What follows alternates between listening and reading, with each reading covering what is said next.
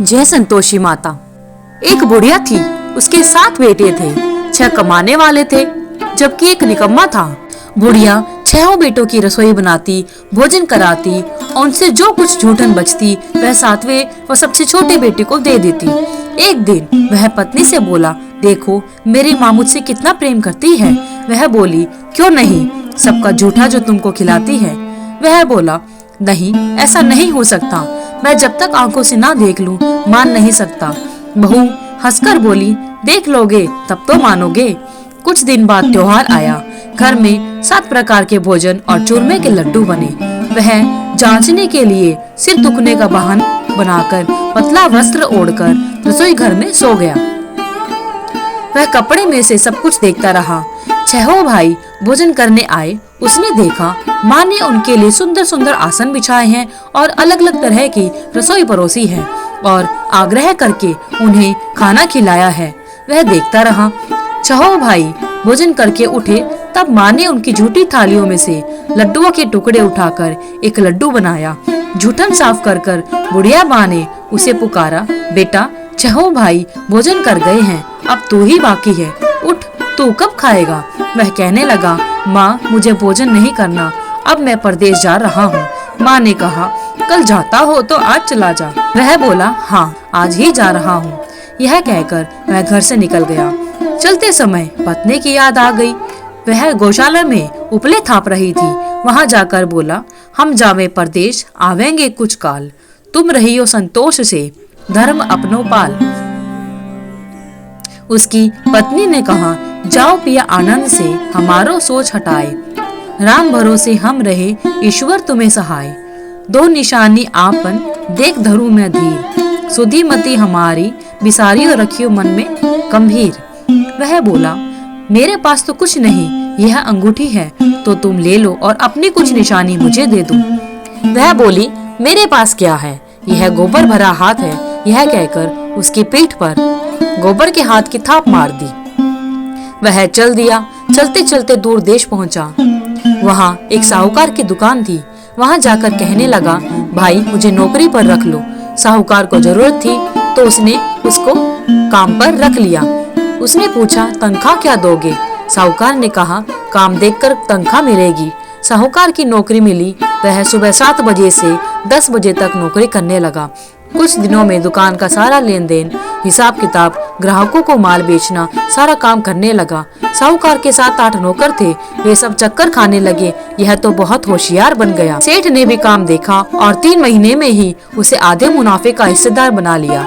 वह कुछ वर्षों में ही नामी सेठ बन गया और मालिक सारा कारोबार उस पर छोड़कर चला गया। इधर उसकी पत्नी को सास ससुर दुख देने लगे। सारी गृहस्थी का काम करा के उसे लकड़ी लेने जंगल में भेज देते।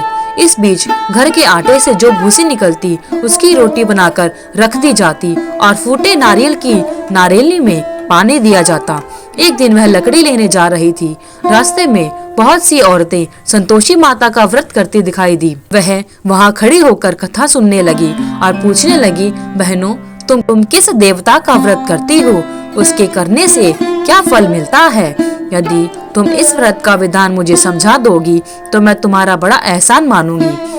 तब उनमें से एक औरत बोली, सुनो यह संतोषी माता का व्रत है। इसके करने से निर्धनता दरिद्रता का नाश होता है और जो कुछ मन में कामना होती है सब संतोषी माता की कृपा से पूरी हो जाती है। उसने उससे व्रत की सारी विधि पूछी। वह भक्तिनी स्त्री बोली, 1.25 आने गुड़ चना ले लेना, इच्छा हो तो 5.25 आने का लेना या 1.25 रुपए का सहूलियत के अनुसार लाना। बिना परेशानी और श्रद्धा व प्रेम से जितना भी बन पड़े सवाया लेना। प्रत्येक शुक्रवार को निराहार रहकर कथा सुनना। इसके बीच क्रम नहीं टूटना चाहिए। लगातार नियम का पालन करना। सुनने वाला कोई ना मिले तो घी का दीपक जलाकर उसके आगे या जल के पात्र को सामने रखकर कथा कहना। जब कार्य सिद्ध ना हो नियम का पालन करना और कार्य सिद्ध हो जाने पर माता के व्रत का उद्यापन करना। 3 महीने में माता फल पूरा करती हैं। यदि किसी के ग्रह खोटे भी हो तो भी माता वर्ष भर में कार्य सिद्ध कर देती है। फल सिद्ध होने पर उद्यापन करना चाहिए, बीच में नहीं करना चाहिए। उद्यापन में 2.5 सेर आटे का खाजा तथा इसी परिमाण से खीर तथा चने का साग करना। 8 लड़कों को भोजन कराना, जहाँ तक मिले देवर जेठ भाई बंधु के ना मिले रिश्तेदारों और 5 पड़ोसियों को बुलाना, उन्हें भोजन करा यथाशक्ति दक्षिणा दे माता का नियम पूरा करना। उस दिन घर में खटाई ना खाना। यह सुन बुढ़िया के लड़के की बहू चल दी। रास्ते में लकड़ी के बोझ को बेच दिया और उन पैसों से गुड़ चना ले माता के व्रत की तैयारी कर आगे चली और सामने मंदिर देखकर पूछने लगी, यह मंदिर किसका है? सब कहने लगे, संतोषी माता का मंदिर है। यह सुनकर माता के मंदिर में जाकर चरणों में लौटने लगी, दीन हो विनती करने लगी, माँ मैं निपट अज्ञानी हूँ, व्रत के कुछ भी नियम नहीं जानती, मैं दुखी हूँ। हे माता जगत जननी, मेरा दुख दूर कर, मैं तेरी शरण में हूँ। माता को दया आई। एक शुक्रवार बीता कि दूसरे को उसके पति का पत्र आया और तीसरे शुक्रवार को उसका भेजा हुआ पैसा आ पहुँचा। यह देख जेठ जेठानी मुंह सिकोड़ने लगे, लड़के ताने देने लगे। काकी के पास पत्र आने लगे, रुपया आने लगा।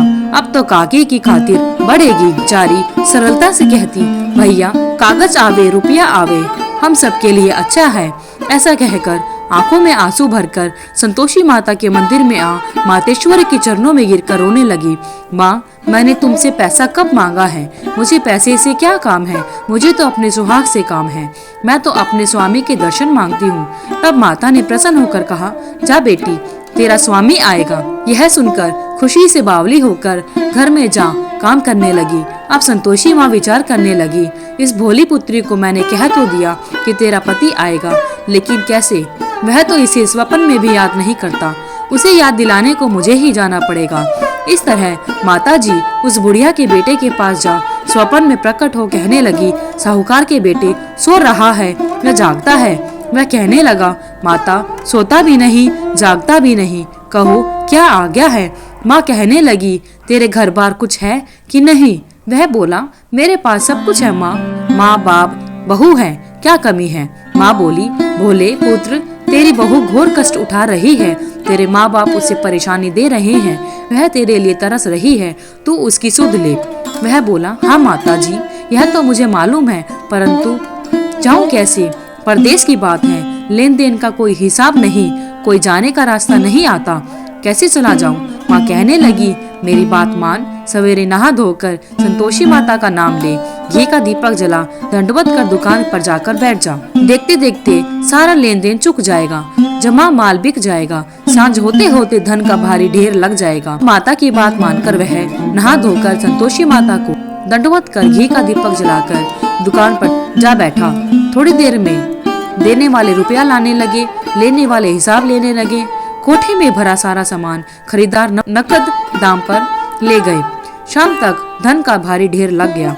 मन में माता का नाम ले चमत्कार देख प्रसन्न हो घर जाने के लिए गहना कपड़ा सामान खरीदने लगा। यहाँ काम से निपट तुरंत घर को रवाना हुआ। उधर उसकी पत्नी जंगल में लकड़ी लेने जाती है। लौटते वक्त माता जी के मंदिर में विश्राम करती है। वह तो उसके प्रतिदिन रुकने का जो स्थान था। धूल उड़ती देख वह माता से पूछती है, हे माता यह धूल कैसी उड़ रही है?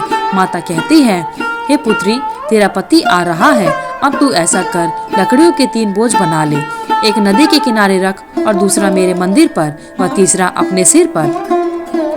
तेरे पति को लकड़ियों का गट्ठर देख मोह पैदा होगा, वह यहाँ रुकेगा, नाश्ता पानी खाकर माँ से मिलने जाएगा, तब तू लकड़ियों का बोझ उठाकर जाना और चौक पर गट्ठर डालकर जोर से आवाज लगाना, लो सासू जी लकड़ियों का गट्ठर लो, भूसे की रोटी दो, नारियल के खेपड़े में पानी दो, आज मेहमान कौन आया है। माता जी से बहुत अच्छा कहकर वह प्रसन्न मन से लकड़ियों के 3 गट्ठर बनाए, एक नदी के किनारे पर और एक माता जी के मंदिर पर रखा। इतने में मुसाफिर आ पहुंचा। सूखी लकड़ी देखकर उसकी इच्छा हुई कि हम यहीं विश्राम करें और भोजन बनाकर खा पीकर गांव जाएं। इसी तरह रुक कर भोजन बना, विश्राम करके गांव को गया। सबसे प्रेम से मिला। उसी समय सिर पर लकड़ी का गट्ठर लिए वह उतावली सी आती है। लकड़ियों का भारी बोझ आंगन में डालकर जोर से 3 आवाजें लगाती है, लो सासू जी लकड़ियों का गट्ठर लो, भूसी की रोटी दो, आज मेहमान कौन आया है। यह सुनकर उसकी सास बाहर आकर अपने दिए हुए कष्टों को बुलाने के लिए बहू कहती है, बहू ऐसा क्यों कहती हो, तेरा मालिक ही तो आया है, आ बैठ, मीठा भात खा, भोजन कर, कपड़े पहन, उसकी आवाज सुन उसका पति बाहर आता है। अंगूठी देख व्याकुल हो जाता है। माँ से पूछता है, माँ यह कौन है? माँ बोली, बेटा यह तेरी बहू है।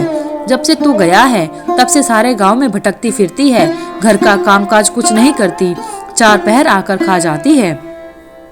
वह बोला, ठीक है माँ, मैंने इसे भी देखा है और तुम्हें भी।